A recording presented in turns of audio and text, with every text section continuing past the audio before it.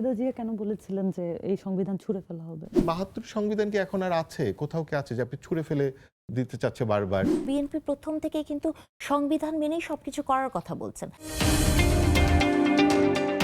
৯০-কে এবং ২৪-কে বিএনপি কি মানে হ্যাঁ, কি ব্যর্থ একটা করেছে। ব্যর্থ করেছে।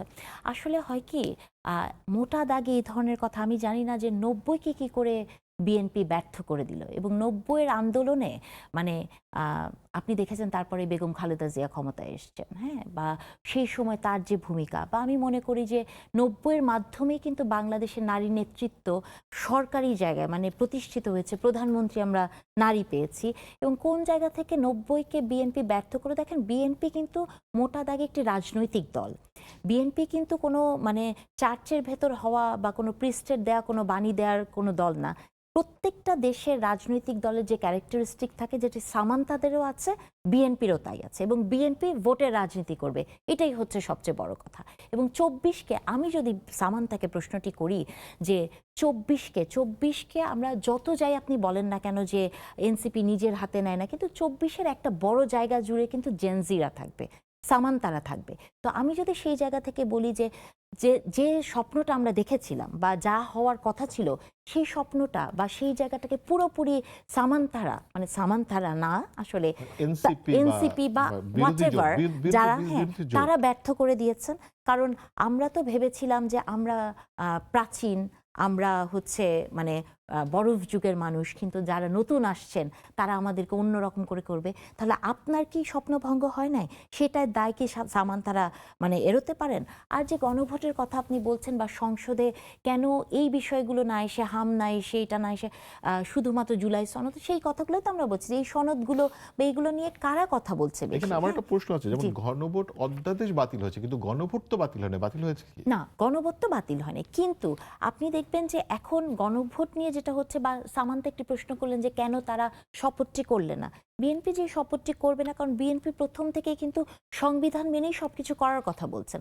যেহেতু সংবিধানে এটা নাই, এটা তো সালাউদ্দিন সাহেব একদম ক্লিয়ারলি প্রথম থেকেই বলেছেন, সেই কারণে তারা এটা করে নাই। দেখেন, এই যে সংবিধান নিয়ে আমরা এত কথা বলি, আমরা মুক্তিযুদ্ধের কথা বলি, এই জেনজিরা বা যারা ২৪-এর মানে অভ্যুত্থানের আগেও সংবিধান তো একটা মানে প্রেশাস একটা জিনিস হিসেবে ছিল।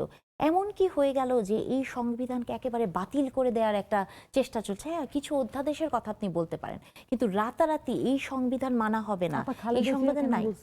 সরি, খালেদা জিয়া কেন বলেছিলেন যে এই সংবিধান ছুঁড়ে ফেলা হবে? না, ওইটা সামান্থা, আমি আপনাকে ওটা বলছি যে আপনি যদি ধরেন, যেটা ইসলামিক রাজনীতির বেলাতেও হয়, কারণ কোনো একটা প্রসঙ্গে, যেমন আমরা যারা ইসলাম ধর্মে বিশ্বাস করি আর যে রাজনীতিটা জামাতি ইসলামী করে, সেটা হচ্ছে যে একটা কোরআনের কোনো ভার্সেস, সেটার একটা লাইন তুলে নিয়ে আপনি সেটা নিয়ে একটা বিশ্লেষণে পড়ে যান যে তোমরা জিহাদ করো, কিন্তু তার আগে পিছে কি কাহিনী আছে সেটা আমরা জানি না। তো যে কোনো একটা প্রসঙ্গ, খালেদা জিয়া তো এই কথাও বলেছেন যে নিরপেক্ষ, শিশু এবং পাগল ছাড়া নিরপেক্ষ বলে কেউ নাই, হ্যাঁ, এরকম অনেক কথাই তো আছে। তো এখন আপনি যদি প্রতিটা কথা বলেছিল 15 অ্যামেন্ডমেন্ট নিয়ে, তো কোনো একটা কনটেক্সটে ধরে আসলে আমরা এটা বলতে পারি না।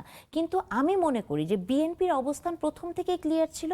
বিএনপি তার যে কথাগুলো বলেছে গণভোট নিয়ে বা যে নোট অফ ডিসেন্ট ছিল, বিএনপি সেখান থেকে সরে না, এবং বিএনপি সবসময় বলছে যে তারা সংবিধান মেনেই সবকিছু করতে চায়।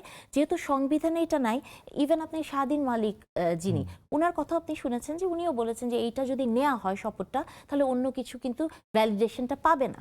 তো এটা তো একটা আইনের ভিত্তিও আছে। তো সেই জায়গা থেকে আমি মনে করি যে বিএনপির যে ডিসিশনটা, এইটা আপনার কাছে সেটা পছন্দ নাই হতে পারে, এটাই গণতন্ত্রের সৌন্দর্য। কিন্তু তার মানে এটা না যে বিএনপি ২৪-কে একেবারে শেষ করে দিচ্ছে, বিএনপি এটার সাথে বেইমানি করছে, তা না। বিএনপি আমি মনে করি তার যে স্ট্যান্ডটি প্রথম দিন থেকে ছিল, শেষ দিন পর্যন্ত সে সেখানে আছে। একটা প্রশ্ন আসছে, যেহেতু সংবিধান নিয়ে কথা হচ্ছে, বারবারই বলা হচ্ছে যে ৭২-এর সংবিধান ছুঁড়ে ফেলে দিবে, এটা বলা হচ্ছে। মানে আপনাদের দলীয় যারা সংসদে আছেন ওনারা বারবারই বলছেন। আচ্ছা,